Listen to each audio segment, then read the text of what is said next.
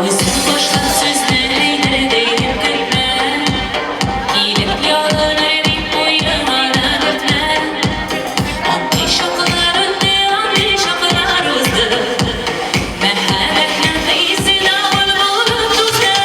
Кермә төшләргә үзәгемә, сөю назлар дигән хәзер сүзләргә. Вакытсыз гына булып, азапланма юкка, бүген арамызга уйлап тота.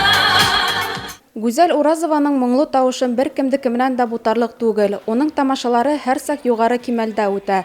Бынан тыш йырсы тормыш иптәше якташыбыз Илдар Хакимов менән өлгөле гаилә коруы, 4 балага гомер биреп, уларны матур итеп тәрбияләүләре менән билдәле.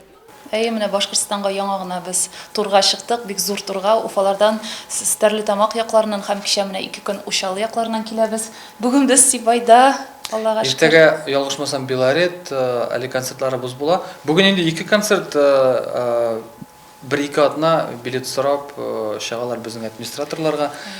Мин әле бүген шаярып та әйттем, иртә белән тагын бер концерт куйган булсак, ул ансыда тулган булыр иде дип. Мәгънәсендә рәхмәт, бик җылы каршы алалар тамашачылар.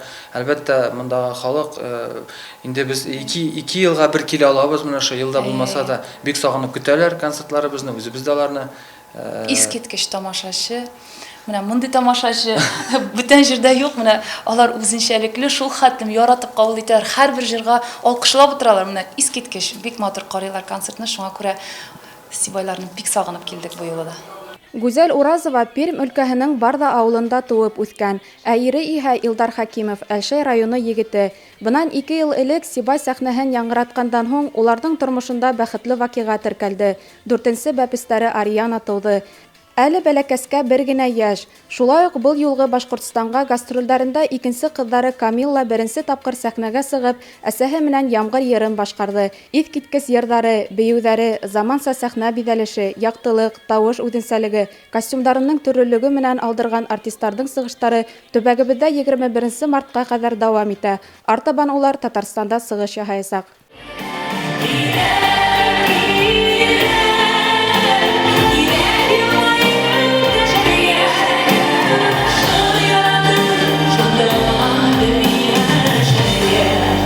Дилбәр Султангилдина, Фәрваз Рафиков, Руслан Кумышкулов, Любовь Карпова. Яңылыҡтар өсөн.